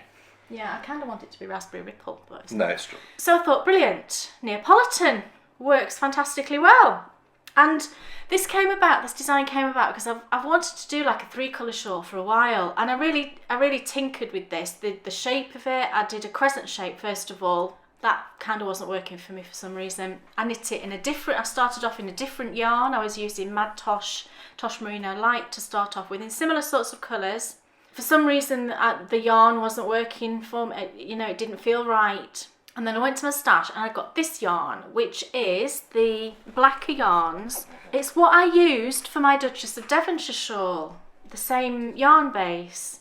And it's the Black Swan Falkland Islands wool, 4-ply. And I really can't say enough good things about this yarn. I've worn and worn and worn my Duchess of Devonshire. It's probably my most worn shawl. And that thing, it still looks amazing. There's not a pill on it, and it's a non-superwash, so I'm guessing that's maybe why it doesn't pill as easily. I don't think a non-superwash. It's just beautiful. It's a merino spun with some Shetland, on the Falkland Islands. This particular colour. The colours that I used for this one are, the pink is called Tea Berry, the brown is Earth, and the cream is Dusty Miller. I know, that's just the most amazing name. So that's the 3 colours that I used. I wanted to design, all of my shawls are simple, I think. I do like simplicity, especially when you've got more than one colour going on, because it's the colours really that stand out, and the pattern is the background to show off the colours, I think, for this particular design. So it's very simple. I'll take it off and show you. I don't want to take it off because it's quite chilly and it's super cosy, this yarn. It's triangular. I hope you can see that. It's been crunched around my neck a bit, so it's a little bit crinkly. So it's a triangular shawl, And it's nice and long. I wanted to make sure, I like my shawls to be like my windswept. Got that on my brain, haven't I? My wingspan. My windswept.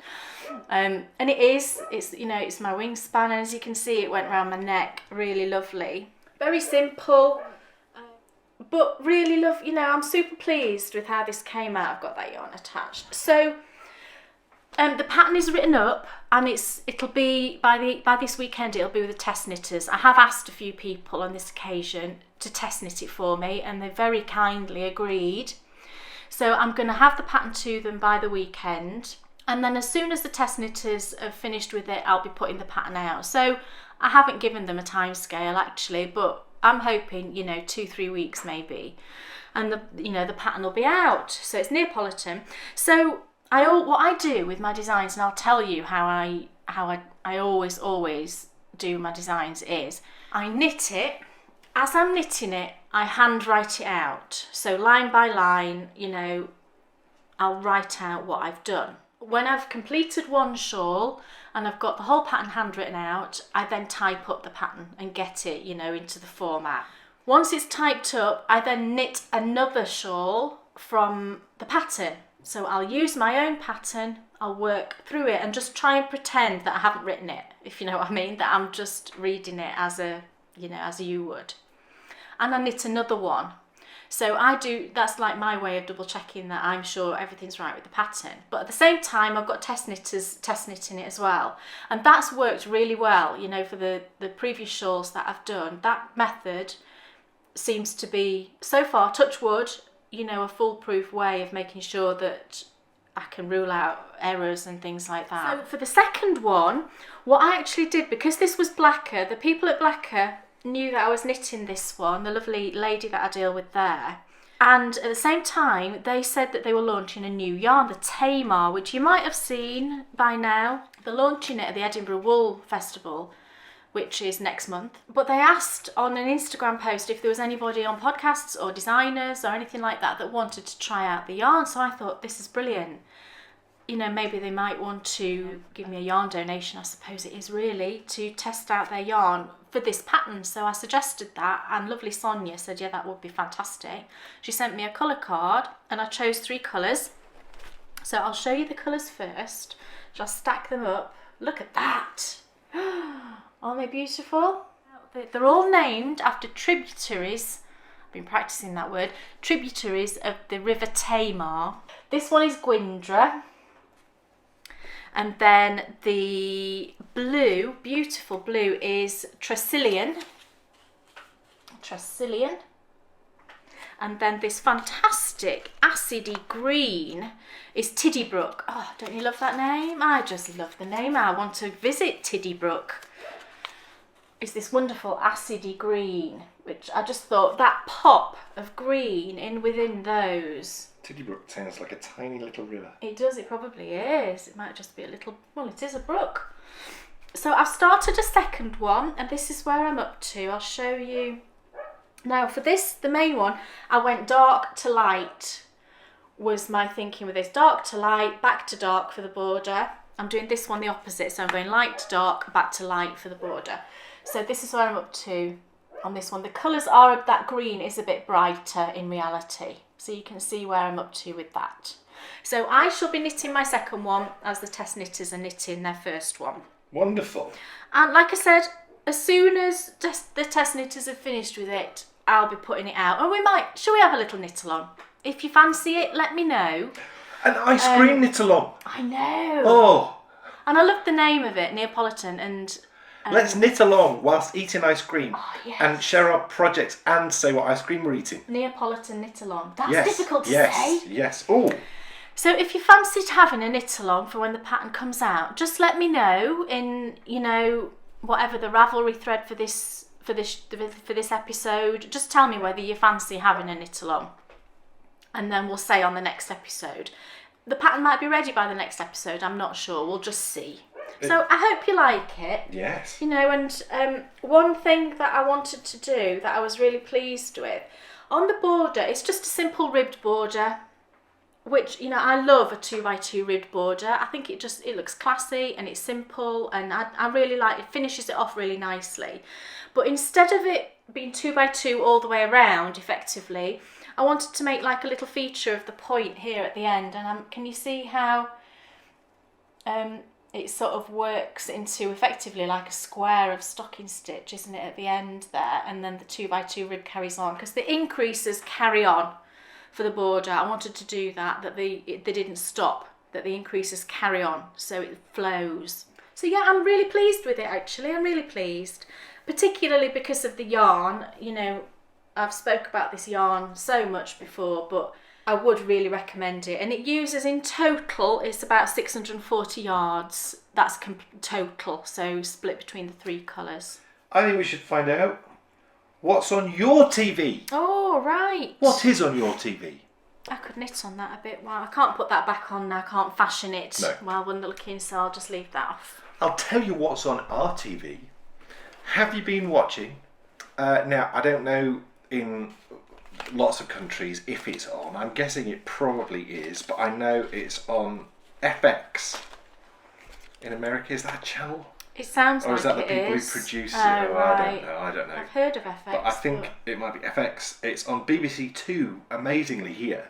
And when you consider that, you know, the actors in it are such big names as Bruce Greenwood and John Travolta and Nathan Lane and Cuba Gooding Jr., who's in a good film for the first time since Jerry Maguire.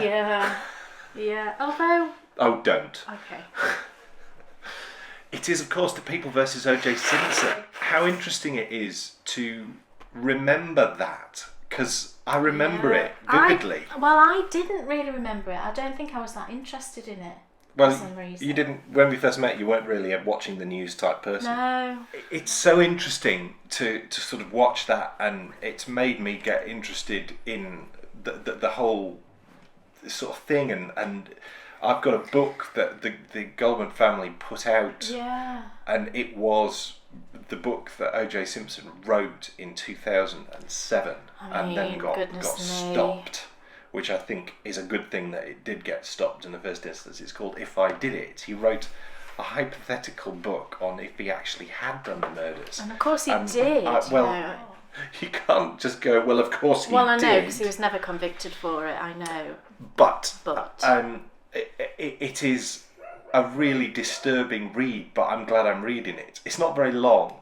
I'm through a lot of it already, which I should read it then, is a bit maybe, interesting. Well, let me finish it. At the moment, it's slightly disturbing. Is it? But I mean, all the reviews that I've seen, everyone is like really glad that they read the book, and it just gives you such an interesting insight into what was going on. But back then, there were so many, you know, political challenges and it's a really interesting time. It's history, isn't it, at the end of the day?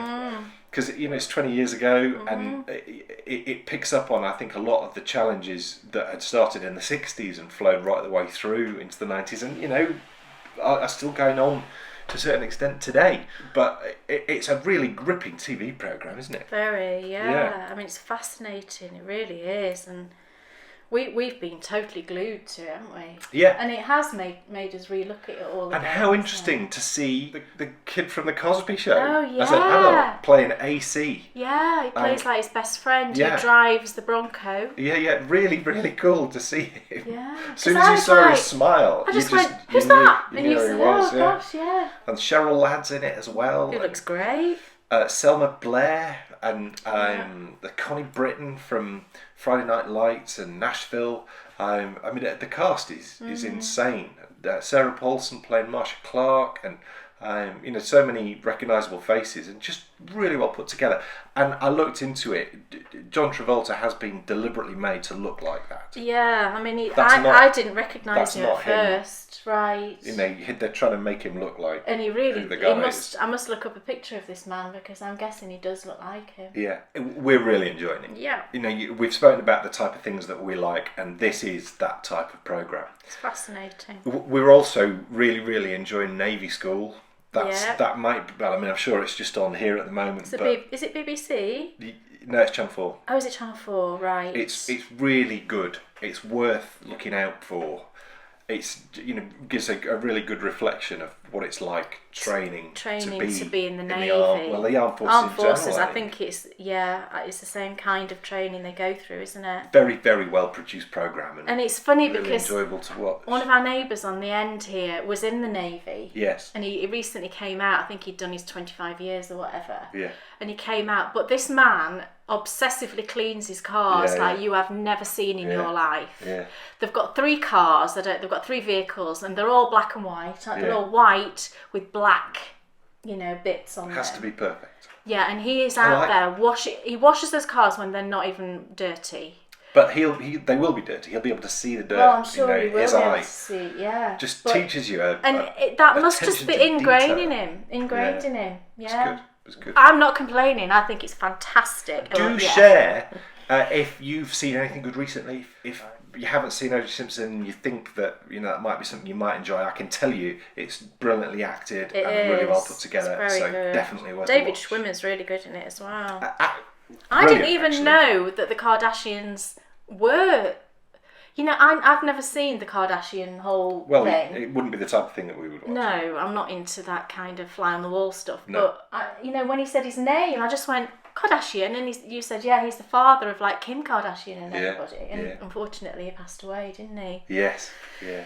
And you know how interesting, and this will come out, I'm sure, in the course of the story. But we've watched other programs to do with it now since we watched the first one, and O.J. Simpson desperately tried to talk to him, when he was on his deathbed, and Robert Kardashian refused to talk to him. So that's an interesting thing. And seeing David Schwimmer, actually, he's shown himself to be a brilliant actor. Yeah. Because you don't look and think, oh, that's Ross from Friends. No. Maybe enough time has passed for you not to think that. Yeah. But he's acting brilliantly well. Yes. He should be in more things, Yeah. And it's just, it's obviously not a comedy role. It must have been awful for the actual Mr. Kardashian, though. Oh, absolutely. He was a friend, and he was you could see the turmoil that he's in. Yeah. I think deep down he knew really what had happened, but it's his friend. It's time for the endy bits. Oh, goodness. Yes. Right. Come on, woman. Okay. Let's do this thing. Now, I spoke about my poncho, but I forgot to mention that I was knitting that for the garment along, the Gorgeous Garments knit along for our patrons. That's running until the end of March, going fantastically well. And I haven't yet got prizes for that one. I just wanted to say, lovely patrons, I will have a prize or 2 prizes for that, and I'll let you know probably next time what that is. However, our other knit along that's going on, which is our Muppet. Choose your Muppet! Knit along. Come on. Do it, people. I do have all but one of the prizes, so I thought I would show those to you. The first one is the lovely Jodie at Mrs. Brown's Bags contacted me and said, could she send a bag for for a prize for a giveaway, and I said that would be marvellous. So thank you so much, Jodie. And of course, she sent us something as well, because she's awesome and fantastic. And actually her sister, Tracy, she sent us something as well. Tracy sent us some yarn that's local to them. They're in Canada. Nice. And Dan got Eden Immoral Fibre. Did he? You did. This is yours. It didn't sound like she's talking about me. And it was dyed. It's nice. for River City Yarns is the shop. I like it. Yeah, and you've got the Nightfall colourway, and I think it's like a DK weight. Okay. It's beautiful. It's merino cashmere nylon. Look at that. Oh, look at the colours. Nice. That's showing up amazingly well. What could I knit with that? Well, you could knit hats or mittens or anything with that you wanted to. A cowl. Beautiful. It's really soft. Super soft. A cowl. Handbrake. Yeah, that would be fantastic. Next podcast, it will be cast on. And then I got... Throw it. Sorry. I got Adam and Eve. They're Maria. I think it's Adam and Eve Maria, it says on the front. And this is also cashmere. It's 81 merino, 9% cashmere, 10% nylon. What's temptation? 100% temptation. That's just what they've said on that tag. That must be a new base. No, it's not. They're saying... Yes, I realise. Oh, right. The base, I think, is Maria. And it's 115 grams, 325 metres. So it's like a sport. It's so squishy. And look at the colour, look how squishy it is. And the colours are just me, aren't they? So I think that's going to be some fantastic socks. Tracy said it makes the most amazing socks, and I'm sure it would. But it's kind of the thing I have to hoard for a little bit. I shall call him Squishy. And he shall be mine. He will be my Squishy. So thank you so much, Tracy, for those. And then Jodie sent us a bag each. And it's these, you might have seen these ones already. I know Danny on Little Bobbins is, I'm pretty sure her mum got, I think you might have got one each of these. So she sent us a bag each. Look, mine's pink and Dan's grey with the cables on. What if I want the pink one? Well, you can't have it. And what's this? And really fantastic size for, socks or a cowl, or just brilliant. Love those. Thank you so much, Jodie. And then as a prize for our Muppet knit along, this is going to be a prize. She sent us a fantastic bag. It's one of the ones with the shiny silver dots. Can you see? And it's a great size. It's quite big. So it's worth choosing your Muppet. It's definitely worth choosing your Muppet. And there's a little mini skein in there and some sweets. Ooh! I know. The sweets in there? Yeah, the sweets. I haven't told you about that. They might not be by the time it gets sent out. He's not going to get the sweets. No, So I'll this- take those out and I'll put orange ones in. This will be a fantastic prize for our Muppet knit along. So thank you so much, Jodie, for that. And then 2 other prizes that I've been saving these things to use as prizes. This was donated to us. Oh, it does say that. This was donated to us probably a couple of months ago now, if not a little bit longer. And she sent a few skeins, some for us, and I said, can I use one as a giveaway? And she said, yeah, that's fine. And it came from Eternity Ranch. It's Eternity Ranch Knits on Etsy. Instagram is Eternity Ranch. And this particular base, it's really beautiful colours, isn't it? I was looking at the yarn and the way it's spun. I like it. Yeah, it's a tight twist. I like a tight twist. It looks like a tight twist to me. And the colourway is called Shh, I'm Hunting Wabbits.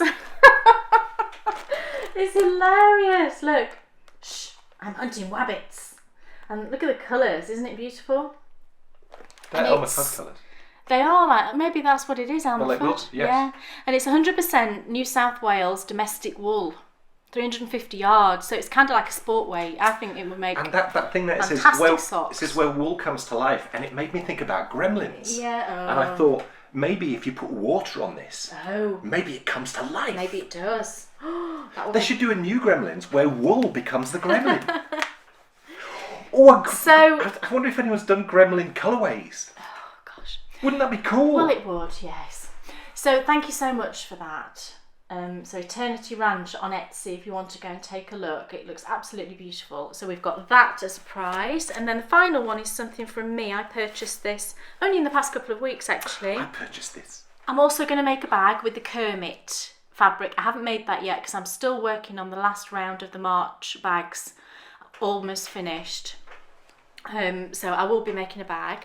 And this one, I picked up one of the Regia, the 3rd design line, and it's this colourway. It's colourway number 02463. I'm not sure the name of it, unfortunately, but it's this one. It's got sort of blues and neutrals and a bit of purple in there. So this one will be a 3rd prize, and like I said, there'll be a 4th prize of a bag. So 4 prizes for our Muppet Knit Along. I think Wonderful. That's pretty good. That's the end of episode 44. A momentous episode in which you've unveiled a whole new shawl, Yes. which will be ready in 2 or 3 weeks, maybe. Fingers crossed. Yes. Yes. And we found out that Kay beat Tilly, and that's just mean. I know, it is mean. And I said to Tilly, even though, she's got to knit the dreaded socks for Mr. Trout, I said I would have a go at drop spindling. Yay. Because lovely Deb at Fondant Fibre sent us a beautiful drop spindle. I'll maybe show you next time. Thank you, it's for me. It was It's my for birthday. Dan. Thank you so much. It was for Dan. I say us. And some gorgeous fibre. So, really, I've got no excuses. No excuse. I've no idea how to do it. Do I stand up? Do I sit down? Well, you will now be flooded with How do I start? with help. We will be back with episode 45 in 2 weeks. We will be doing our second part of the James Herriot, and we'll be discovering all the real places where the actual things happened. So last time it was looking at the sort of picture perfect places where all these things happened in the books, and this time it's going to be actually where he lived, where his surgery was, that he worked his whole life.